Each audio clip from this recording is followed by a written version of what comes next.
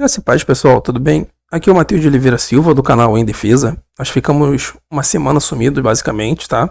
Por causa de alguns motivos pessoais, mas estou voltando aqui justamente para reagir um vídeo do Matheus Benítez, que é um ateu militante na internet, ele não gosta de ser chamado assim. É mestre em filosofia, até onde eu sei, está fazendo seu doutorado, pelo menos essa é a última informação que eu tenho dele, tá?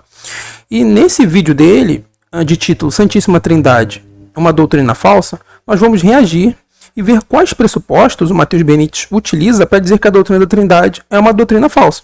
Perceba, no título ele não coloca uma doutrina falsa, como se fosse uma interrogativa, não. Ele está afirmando que é uma doutrina falsa.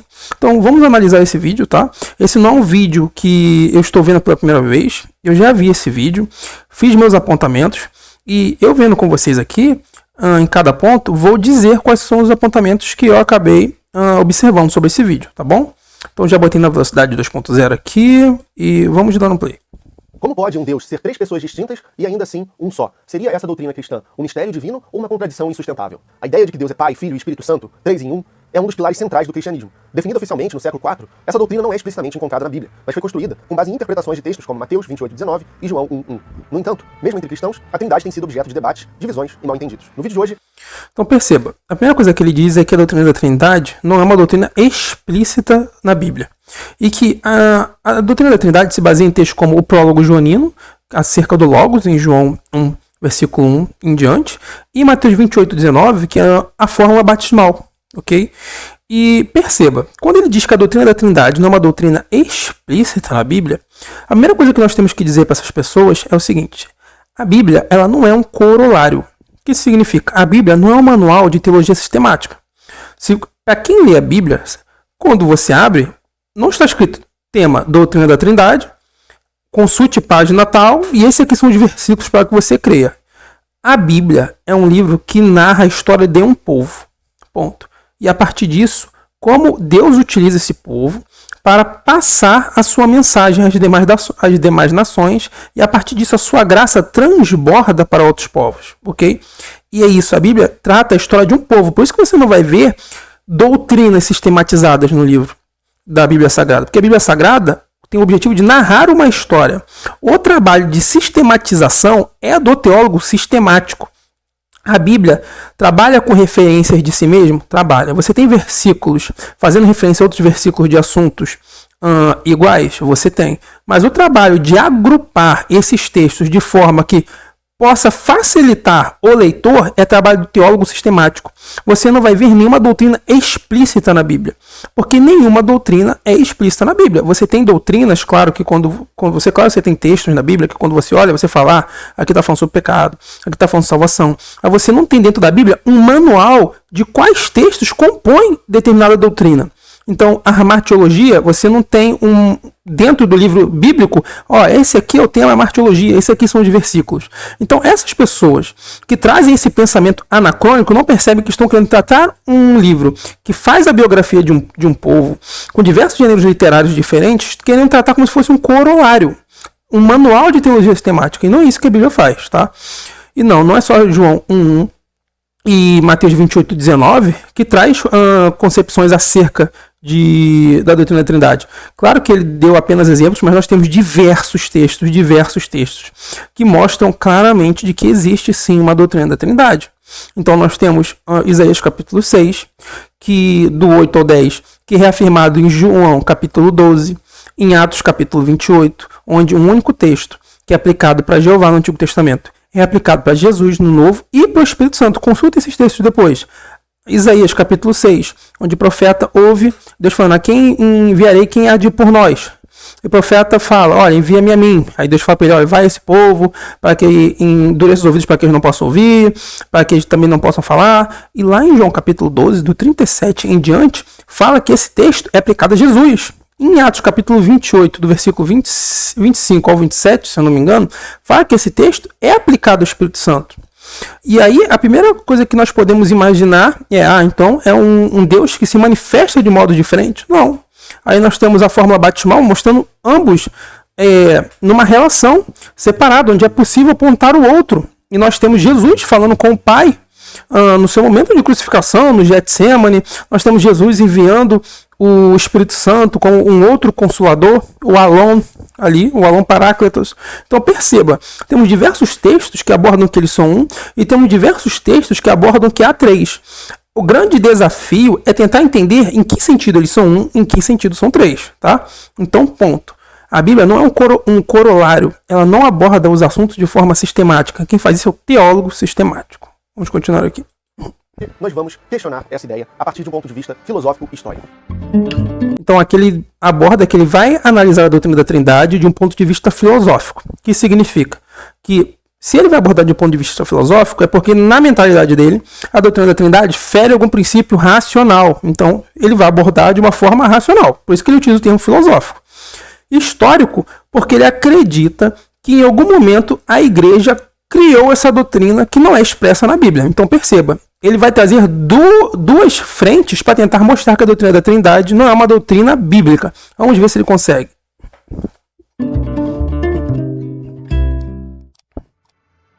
A Trindade levanta uma questão fundamental. Como algo pode ser ao mesmo tempo 3 e 1? A lógica básica nos ensina que algo não pode ser simultaneamente idêntico e diferente de si mesmo. Ao tentar explicar isso, muitos teólogos usam o termo mistério. Mas será que essa explicação não mascara uma contradição lógica? Afinal, percebam a sutileza dele. Ele diz o seguinte, que muitos teólogos, ao serem indagados sobre a doutrina da Trindade, dizem que é um mistério. Ou seja, a gente faz perguntas, encontra contradições da doutrina da Trindade, e quando faz essas perguntas mais detalhadas para as pessoas que acreditam, elas dizem, é um mistério. E essa é outra falácia do Matheus Benite. Esse aqui não é um ataque ao Matheus Benite, tá, pessoal? É um ataque ao que ele está dizendo, as falácias que ele está trazendo. Eu não tenho nada contra ele, mas claramente algumas das suas afirmações são no mínimo desonestas.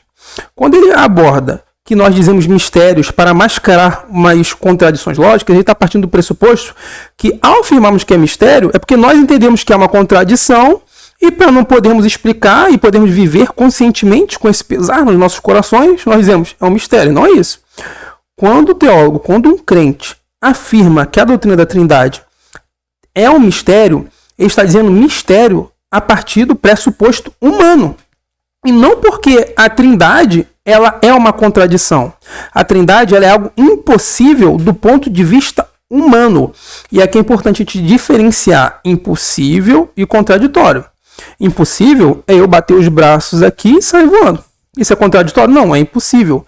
Contraditório é eu dizer, por exemplo, que eu sou solteiro e casado no mesmo tempo e no mesmo sentido. Então, a doutrina da Trindade ela é impossível através de uma análise humana, mas ela não é contraditória.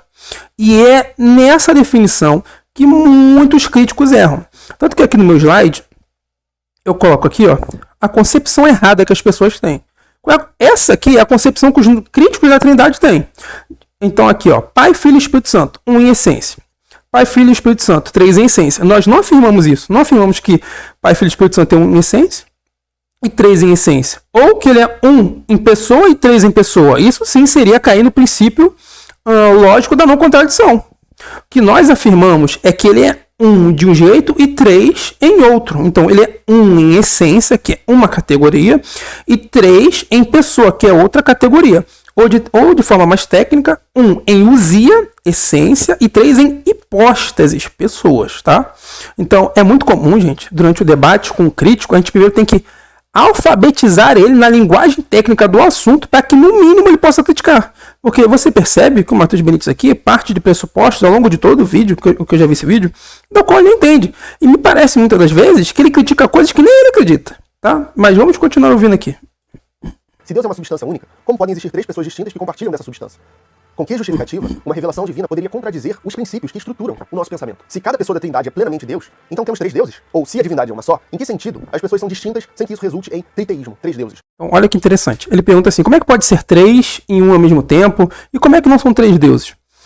E gente, o fato de ele mencionar esse tipo de coisa acaba me lembrando justamente o que Orson Sproul diz no livro dele sobre a Trindade, na coleção Séries Cruciais, na qual ele diz que ele tem um diálogo com um PhD em filosofia que também abordava que a doutrina da Trindade era contraditória.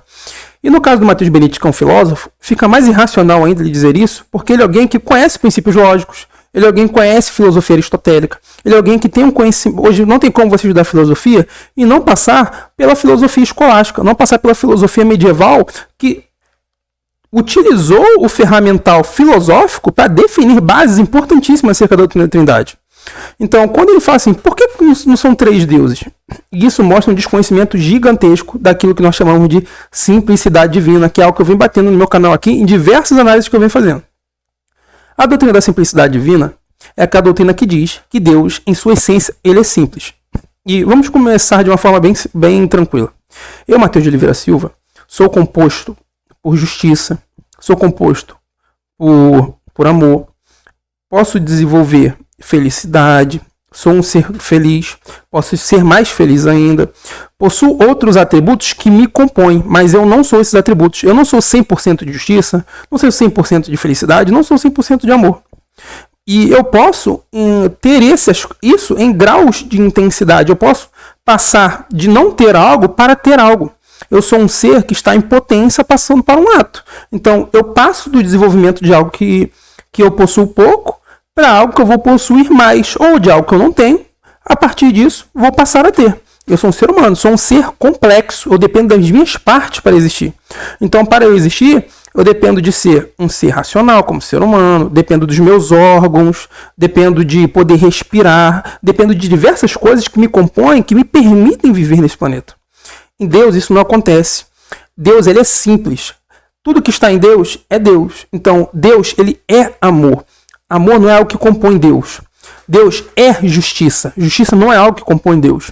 Deus é verdade. Verdade não é algo que compõe Deus. Do mesmo jeito que essas coisas não me compõem. Essas coisas fazem parte de mim. Então eu sou um ser formado por partes, enquanto Deus, ele é 100% de cada um dos seus atributos que está nele. Ok? Importante dizer isso. Então a doutrina da simplicidade divina, ela traz essa diferença, e muitos dos críticos, quando falam que são três deuses, é porque desconhecem essa doutrina. Eu, Matheus de Oliveira Silva, sou um ser humano de essência humana, concordam comigo? Mas eu não sou humanidade como um todo. A essência humana, ela é dividida em cada um dos seres humanos que existem. De tal forma que, para eu falar assim, quem compõe a essência humana é só Matheus? Não.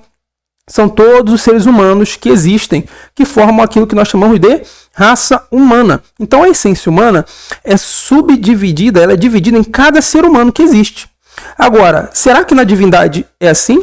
Será que na essência de Deus o Pai representa 1/3 da divindade, o Filho 1/3 da divindade, o Espírito Santo 1/3? Não. Cada um deles é 100% da essência, ok? Eu existo, mas eu não sou 100% da essência humana. Agora, essência e existência em Deus são a mesma coisa. É por isso que nós falamos que Deus é ato puro, porque você não tem internamente dele partes, nem coisas que passam de um não ser para ser. Deus é. Por isso que nós dizemos que Deus é. Porque ele não está passando da potência para o ato, ou seja, do desenvolvimento de algo que não tem para algo que vai passar a ter, ou de um pouco que tem para algo que vai ter mais. Deus possui ele é a atualidade pura. Ele é puro ato. Diferente de mim, que eu sou uma parte da essência humana, que é compartilhada com todos os outros seres humanos. Então, o Filho não é 1/3 de Deus, o Espírito Santo não é 1/3 de Deus, e o Pai não é 1/3 de Deus. Cada um deles é 100% da essência humana, da essência divina, perdão, como um todo. Nenhum deles, eles não dividem a essência. E por que também não são três deuses? Porque nenhum deles possui uma essência divina própria. Jesus não possui uma essência divina só dele, o Espírito Santo não possui uma essência divina só dele, e o Pai não possui uma essência divina só dele. Cada um deles compartilham 100% a mesma essência divina. E é isso que essas pessoas não entendem na hora de criticar a doutrina da Trindade. Tá? Então vamos continuar aqui. Ou modalismo, uma só pessoa com diferentes máscaras. Se a Trindade é uma verdade fundamental sobre um Deus que existe, ou Deus que existe, por que ela não foi revelada de forma clara e explícita desde o início da tradição judaico-cristã? Deus precisaria de séculos para comunicar um aspecto central de sua própria natureza? Pense na evolução da doutrina. Então, aí depende do que ele está falando com séculos. Ele está falando do Concílio de Nicéia, ele está falando no Novo Testamento. Ele fala, por que a doutrina da Trindade não é algo explícito, desde da concepção judaica até recente nas Escrituras, só pisou sendo em séculos posteriores? E qual o ponto? A Bíblia, e isso é outra coisa que os críticos também não entendem, funciona com uma revelação progressiva. O que significa? Versículos posteriores dão luz a versículos anteriores, trazendo um entendimento novo. Então, Jesus Cristo faz isso em diversas vezes. Textos no Antigo Testamento, principalmente em Isaías, que eram aplicados em um contexto naquele versículo, Jesus mostra que é um texto de dupla referência. Ao mesmo tempo que tem uma referência específica para aquele ambiente que está recebendo aquela mensagem, ele tem uma profecia futura. Vários textos funcionam assim na Bíblia. Se a pessoa não tiver a noção de que a Bíblia funciona com uma verdade progressiva, uma revelação progressiva, ela nunca vai entender como é sistematizado os textos nesse livro, tá? Então, de novo aqui, Matheus Benítez, ele parte de um desconhecimento gigantesco de como funciona o cristianismo histórico, de como funciona regras de hermenêutica simples através da Bíblia, e a partir disso, cria diversas caricaturas do que seria o cristianismo histórico. No Antigo Testamento, Deus é apresentado de forma inequívoca como uno. Yahvé é o único Deus, e qualquer noção de multiplicidade parece ausente. Então, no Antigo Testamento ele é apresentado realmente como uno e no Novo também. Simples assim. Do mesmo, foi aquilo que eu falei. Por que não são três deuses? Porque para ser três deuses, cada uma das pessoas, das hipóstases, precisaria ter uma essência divina à parte. Mas não. Cada um deles tem em comum o fato de compartilharem a mesma essência. Cada um deles compartilhando 100% da mesma essência. No entanto, nos evangelhos e nas cartas de Paulo, começamos a ver referências a Jesus como divino e ao Espírito Santo como uma entidade ativa. Essas ideias, no entanto, não são sistematizadas nos textos bíblicos. É importante... De novo, nenhuma doutrina é sistematizada nos textos bíblicos, porque a Bíblia narra a história de um povo. Que o conceito da Trindade foi moldado por ideias filosóficas da época, como, por exemplo, o neoplatonismo, que influenciou pensadores como Ario e Alexandre de Alexandria. A noção de que o filho poderia ser subordinado ao pai ecoa a hierarquia das ideias platônicas. Por outro lado, a ideia da consubstancialidade... Aqui, com todo respeito, eu acho até engraçado, tá? Acho até engraçado o Matheus Benítez falar que o cristianismo e a doutrina da Trindade, a formulação, foi influenciada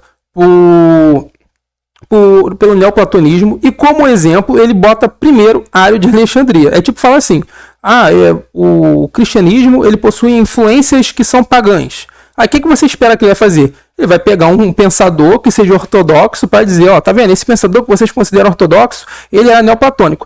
Qual a primeira referência que ele utiliza para dizer que nós temos influência neoplatônica? Ario, que foi considerado pela igreja um herege. Então, por isso que eu te digo, para o público leigo que olha isso daqui, acha que ele está fazendo uma refutação. Quando você vê que ele não tem um conhecimento mínimo para poder abordar sobre esse assunto, tá? Mas vamos voltar um pouquinho aqui, que eu acho que ele fala coisas mais importantes. Essas ideias, no entanto, não são sistematizadas nos textos bíblicos. É importante notar que o conceito da Trindade foi moldado por ideias filosóficas da época, como, por exemplo, o neoplatonismo, que influenciou pensadores como Ario e Alexandre de Alexandria. A noção de que o filho poderia ser subordinado ao pai ecoa a hierarquia das ideias platônicas. Por outro lado, a ideia da consubstancialidade, que o pai e o filho compartilham da mesma essência, é uma tentativa de equilibrar a teologia com a filosofia grega. Se a doutrina da Trindade está tão profundamente influenciada por correntes filosóficas humanas, como podemos afirmar que ela é uma verdade puramente divina e revelada? Teria a teologia cristã cedido ao sincretismo cultural? Filosoficamente? Então, aqui... com todo respeito, começa a ficar pior um pouco da desonestidade do Matheus Benítez. Porque ele partiu do seguinte, ele cria uma falsa dicotomia entre conhecimento e teologia sagrada. Uma das definições clássicas de teologia é o fides quaeris intellectum. É a fé buscando entender. Então, criar essa dicotomia entre fé e conhecimento é um desconhecimento muito grande, porque em nenhum momento da história do cristianismo, claro, houve grande debate. Então você tem, por exemplo, Justino e outros pais da igreja que alguns valorizavam o conhecimento filosófico, né? Nós temos Justino Marte, e outros que falavam que fazer essa mistura era perigosa. Então, você teve esse debate polemista. É que o debate polemista são pequenas polêmicas internas dentro da igreja que foram se resolvendo ao longo do tempo. Então, você houve pequenos debates polemistas e esse foi um deles. Só que a igreja entendeu que o conhecimento subordinado à verdade bíblica é utilizado da melhor forma que ele poderia ser. Então essa é uma falsa dicotomia que o Matheus Benítez cria, porque um dos nossos lemas é o fides quaeris intellectum, é a fé que busca entender. E de novo, ainda que você tenha uma busca pelo entender, isso não tira o mistério. E um dos exemplos mais cruciais disso é Ezequiel, capítulo 1, versículo 28, mas o seu capítulo como um todo. Mas o versículo 28 mostra, e em contraste com o versículo 1, você tem Ezequiel lá no versículo 1, no rio Quebar, e ele tem aquelas visões daqueles seres que ele não entende. Ele começa a descrever, e isso tem até um estilo literário que nós podemos chamar de Wiederaufnahme, que significa recapitulação.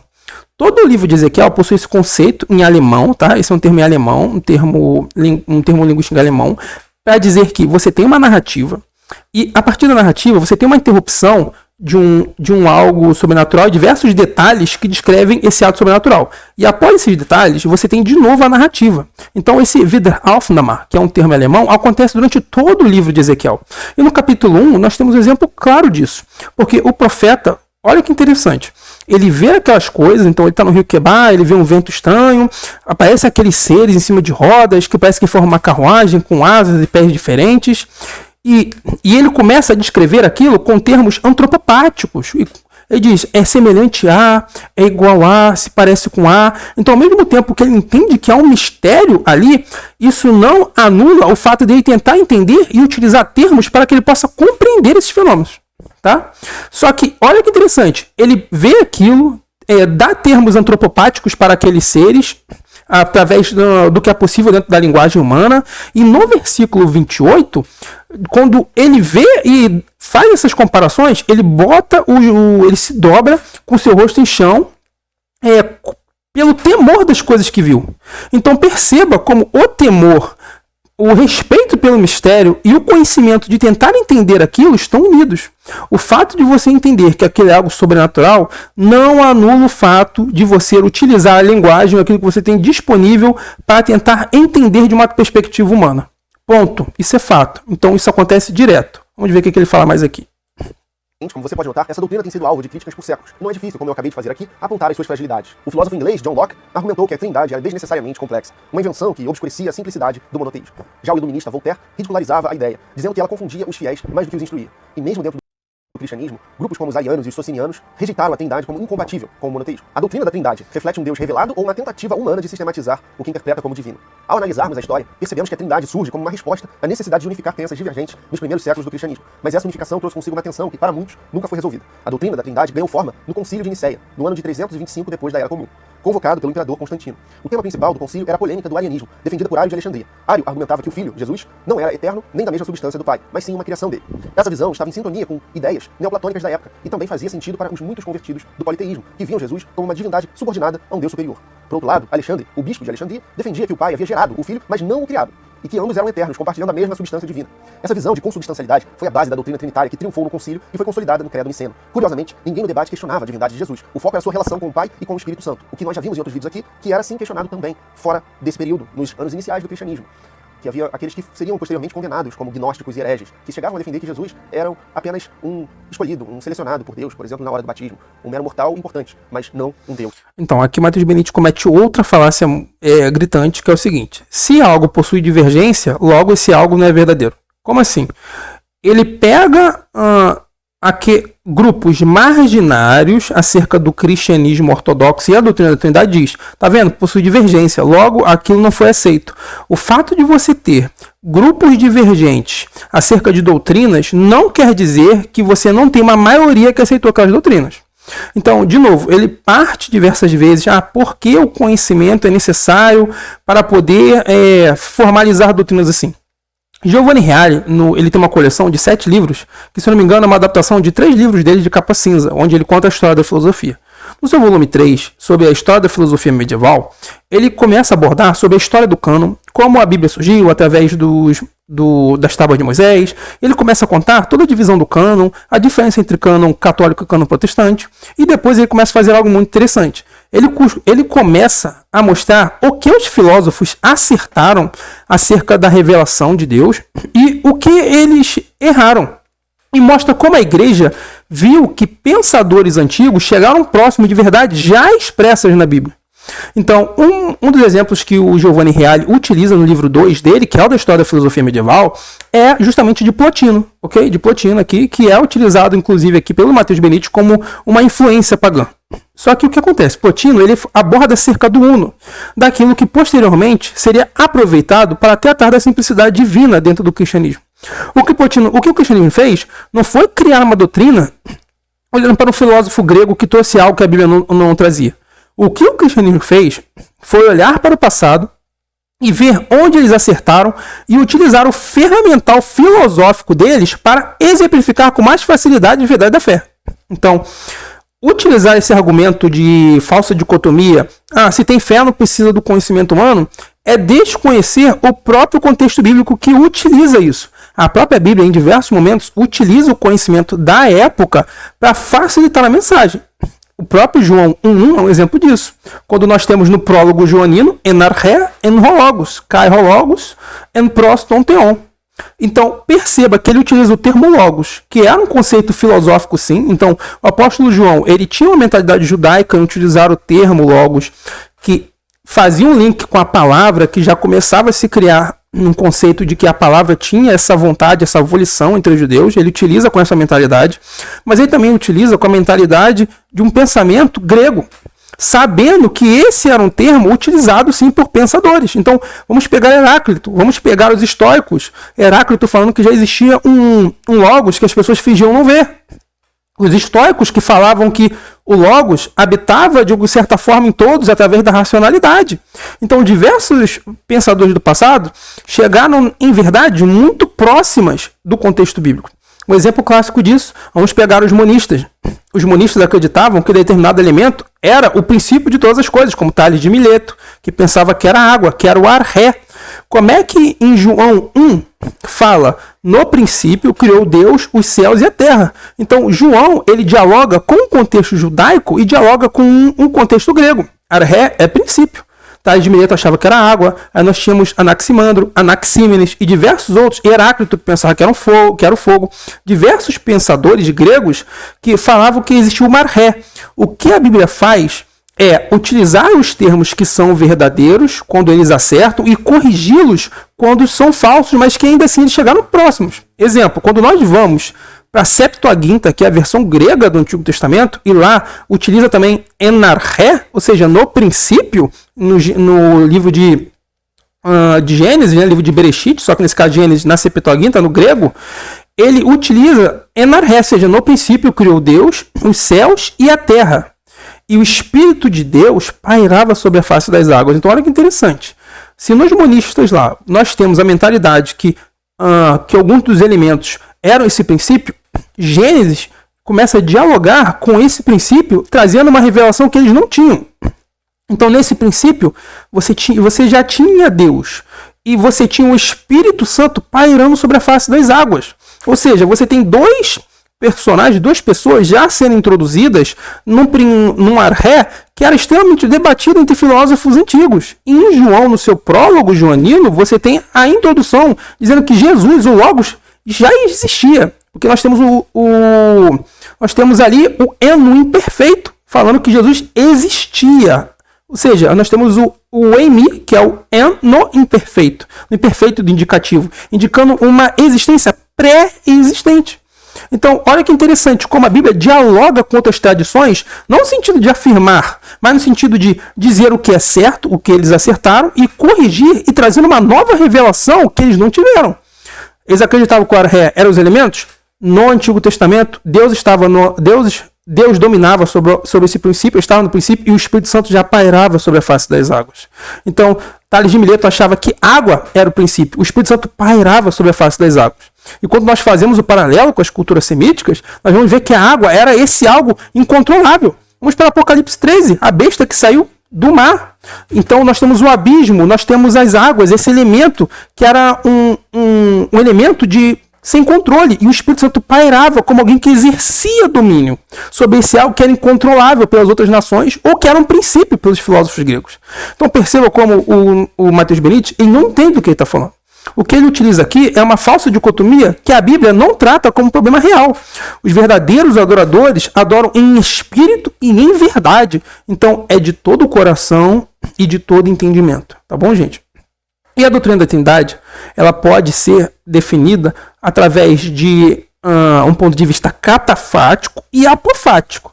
Catafático é em sentido de afirmar o que a Bíblia expressa claramente. Apofático é quando nós definimos algo por aquilo que ele não é. Então, em diversas situações da Bíblia, sobre coisas que são misteriosas, nós vamos utilizar o ferramental humano ou outras áreas do conhecimento para poder limitar cada vez mais uma doutrina que nós não entendemos 100%, mas que nós sabemos que podemos ir até uma determinada parte. E a partir disso, se avançarmos, estamos extrapolando o texto. Então é muito importante nós dizermos isso, gente, muito importante. Então perceba como o Matheus Benítez aqui, ele traz informações que assustam o leigo, mas para aquele que realmente tem um conhecimento profundo, mínimo teológico, não vai se assustar com esse tipo de coisa. Muitas das críticas que ele traz aqui, a impressão que me dá é que nem ele acredita, tá? Vamos continuar. Como depois seria a ideia predominante. Embora o Concílio de Nicéia tenha sido um marco, o debate sobre a Trindade é bem mais antigo. Já no século II, Tertuliano usava a palavra Trindade para descrever a relação entre Pai, Filho e Espírito Santo. No texto Ad versus Praxia, contra Praxias, Tertuliano defende a distinção e a unidade de Deus ao mesmo tempo. Ele afirma que Deus é una substantia tres personae, uma substância, três pessoas, um conceito fundamental para o desenvolvimento posterior da doutrina da Trindade. Embora sua formulação não seja idêntica à que se consolidaria no Concílio de Nicéia, ela foi uma contribuição importante para o pensamento trinitário cristão. Hipólito de Roma não utilizou explicitamente o termo Trindade como Tertuliano, mas ele também contribuiu para o desenvolvimento da teologia trinitária. Em sua obra Contra Noeto, Hipólito refuta as ideias de Noeto, que defendia uma forma de monarquianismo modalista, a ideia de que Pai, Filho e Espírito Santo são apenas modos ou manifestações de um único Deus. Hipólito argumentava que o Pai, o Filho e o Espírito Santo são distintos em suas funções e manifestações, mas compartilham uma unidade essencial. Ele destacava que o Filho é subordinado ao Pai, mas ainda participa da mesma divindade, refletindo uma visão que seria refinada no século seguinte. Assim como Tertuliano, ele ajudou a moldar o pensamento cristão, preparando o terreno para debates posteriores, como os do Concílio de Nicéia. Nestes contextos, os escritos bíblicos, como Gálatas, escrito por Paulo, foram apresentados pelos defensores da ideia como textos que supostamente já aludiam ao Espírito Santo e ao Filho como uma extensão da sabedoria divina. Esses autores da autoproclamada ortodoxia cristã vão voltar às cartas de Paulo e argumentar que a doutrina da Trindade se encontra lá esboçada. Mas isso é um subterfúgio muito característico dos autores do cristianismo primitivo e do cristianismo da patrística, sobretudo, que era basicamente uma tática, uma estratégia de retornar a textos mais antigos de uma tradição consolidada, como da própria Torá, e dizer que ali já se encontrava profecias da vertente cristã que eles buscavam assegurar e defender. Então, esse tipo de interpretação retroativa é muito comum nesse período. No século IV, o cristianismo... Então, o que eles chamam de interpretação retroativa, e a questão é, quem é que dá margem para que essa interpretação seja feita? O próprio nosso Senhor Jesus Cristo, em diversos momentos, utilizou de trazer uma luz a um texto de dupla referência, como a gente já abordou. E de novo, gente, quando nós fazemos isso é porque nós entendemos, e aquele que não é cristão, aquele que não conhece o cristianismo histórico, não entende, é que Jesus é a chave hermenêutica para entender a Bíblia. Quando Jesus ele fala que ele é o alfa e o ômega, o princípio e o fim, e quando ele encontra os discípulos dele, também lá no Caminhos para Emaús 3, ele começa a explicar em cada livro onde ele estava, o que ele está indicando é que ele é o princípio hermenêutico, ele é a chave hermenêutica para que a gente entenda cada livro da Bíblia. Então, cada livro da Bíblia e determinados personagens apontam uma faceta de Jesus Cristo, do Messias que viria. Em Gênesis, nós temos ali a pele de animal utilizada para Adão e Eva, já representando a primeira menção de sacrifício, o filho de Abraão. Então, diversos textos apontam para o Messias que viria. E, de novo, gente, a união do conhecimento com a teologia, com a Escritura Sagrada, é aquilo que Tomás de Aquino utiliza como exemplo da lenha. Ele fala, se não me engano, acho que na primeira parte da Suma Teológica dele, ele utiliza o exemplo da lenha, que é o seguinte. Se a pergunta é, por que a lenha queima? E eu digo, porque Deus quis, isso não exclui o fato das causas segundas, das causas posteriores, ou seja, das outras causas. Porque ele está querendo dizer o seguinte. Se eu digo que a lenha queima porque Deus quis e é verdade, isso não explica quem foi o agente imediato do fato daquela lenha queimar. Tudo que acontece realmente é porque Deus quis. Mas se eu falar assim, a realidade, tudo que acontece, tudo que existe é porque Deus quis, eu estou apelando para o sobrenaturalismo. Então, o fato de nós utilizarmos conceitos filosóficos para explicarmos as coisas é para que a gente possa, em um nível racional, através de um diálogo para que aponte para Deus como causa última, explicar as minúcias dentro daquilo que o texto consegue nos propor, dentro daquilo que nós possamos extrair do texto, sem que nós venhamos a ferir o texto. Então, quando nós estamos utilizando outros conhecimentos, a gente não quer dizer simplesmente que porque Deus quis, nós queremos também explicar as causas segundas, como Tomás de Aquino diz na Suma Teológica dele. Tudo bem? Vamos continuar aqui.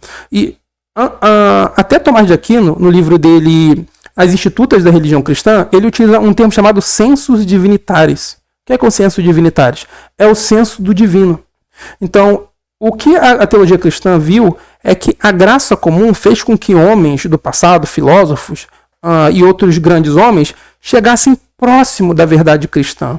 Então, a graça comum, que o sol cai para justos e injustos, a gente tem Romanos capítulo 1, 19 a 21, que desde a criação os homens percebem o sinal de Deus na criação. Isso mostra que existe uma graça comum que faz com que os homens, até um certo ponto, em um nível racional, consigam chegar a determinadas verdades.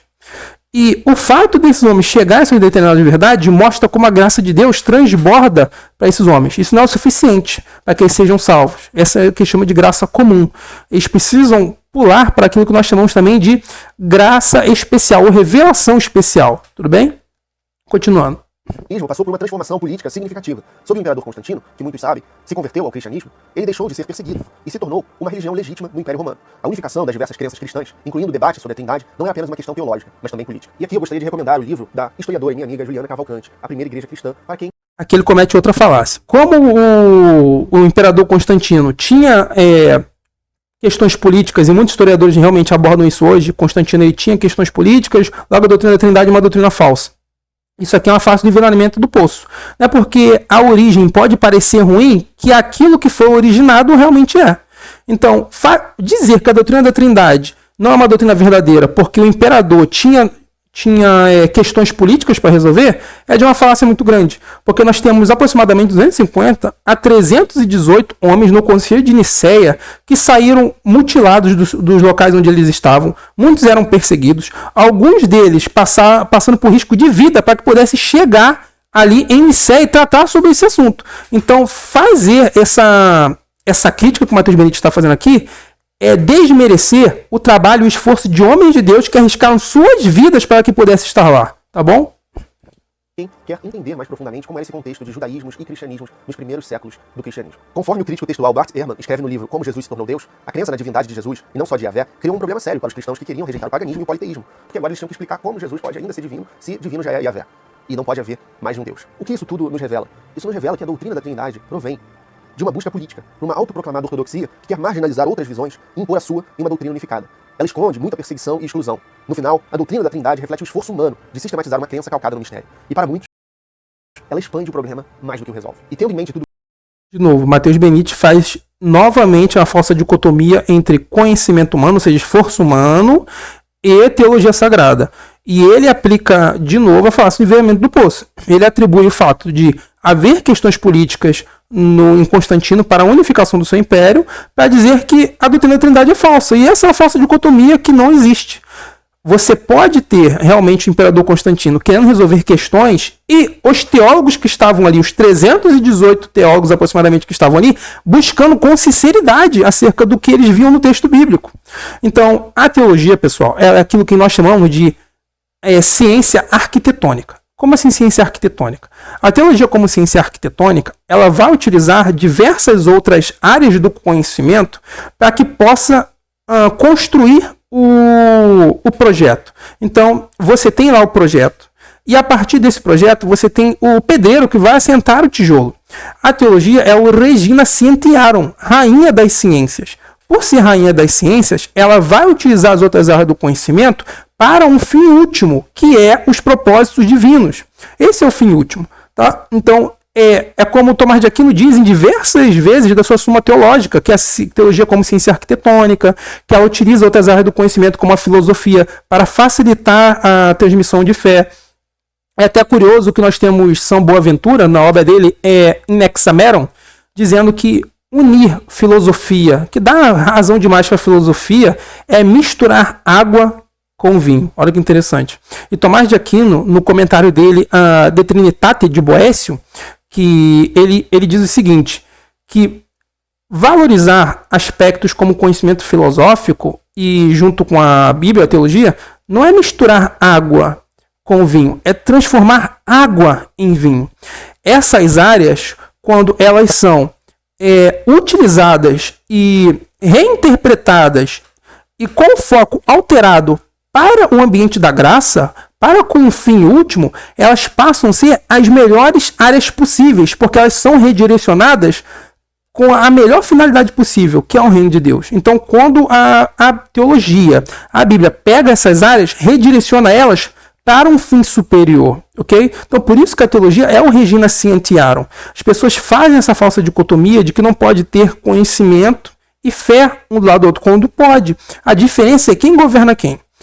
É claro que o conhecimento, em alguma hora, ele vai gerar algo que vai ser contrário à fé, porque o homem é um homem caído. É o que nós chamamos de depravação total. O homem, ele é caído e desviado e com foco no mal. Então, o que ele produz coisas boas, mas ele também pode produzir coisas com o viés da corrupção do pecado. Então, quando houver essa discrepância entre fé e a razão, a fé corrige a razão. É por isso que as áreas do conhecimento, que são utilizadas pelo arquiteto, chamado teologia, passam a ser utilizadas da melhor forma possível. Ok?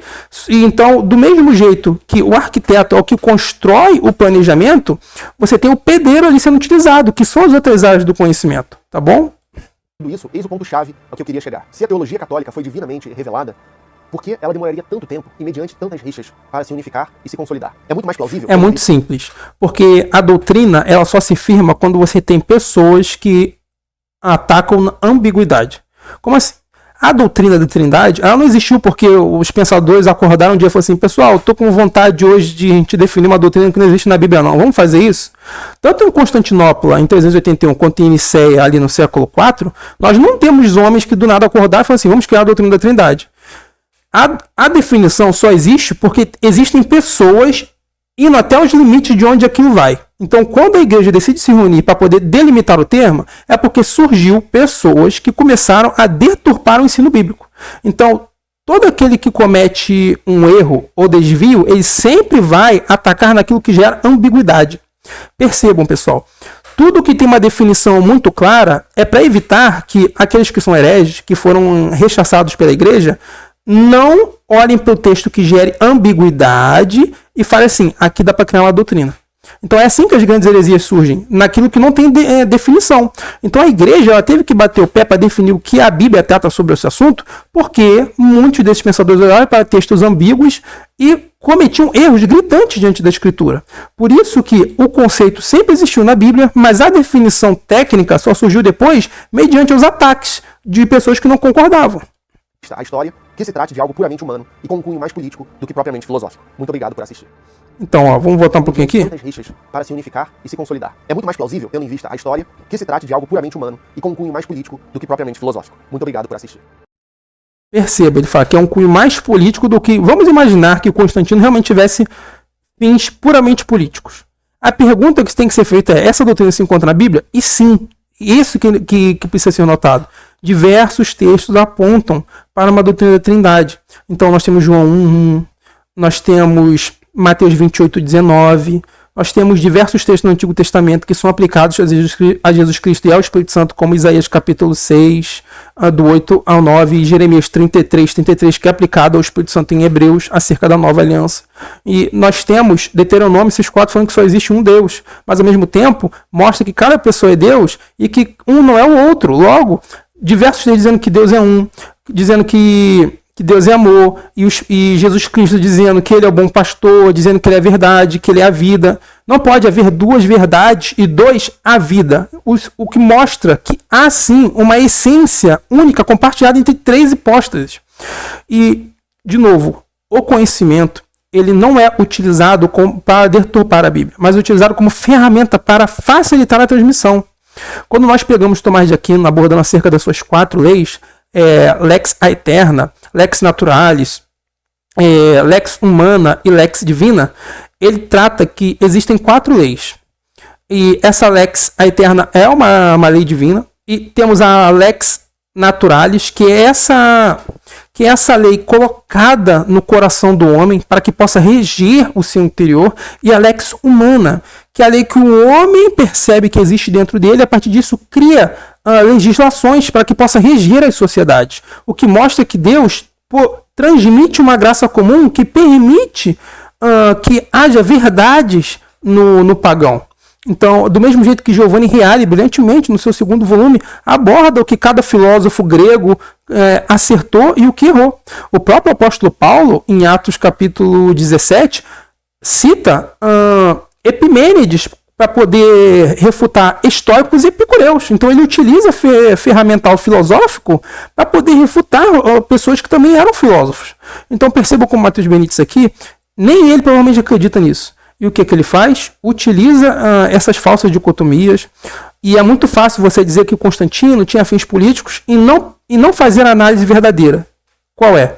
Será que a Bíblia aponta para uma verdade trinitária? E a resposta é sim. Tá? Então, pessoal, essa foi minha contribuição. Acho que esse vídeo ficou longo e o vídeo dele era um vídeo curto de 10 minutos e 56 segundos. Mas só para mostrar para vocês como muitas dessas pessoas não entendem do que falam. E nós estamos falando aqui não é de um leigo. Nós estamos falando aqui de uma pessoa que deveria ter um conhecimento mínimo e principalmente racional para abordar isso. Mas não é o que acontece. Então, pessoal, muito obrigado, tá? Graça e paz. Se inscrevam, compartilham e até a próxima.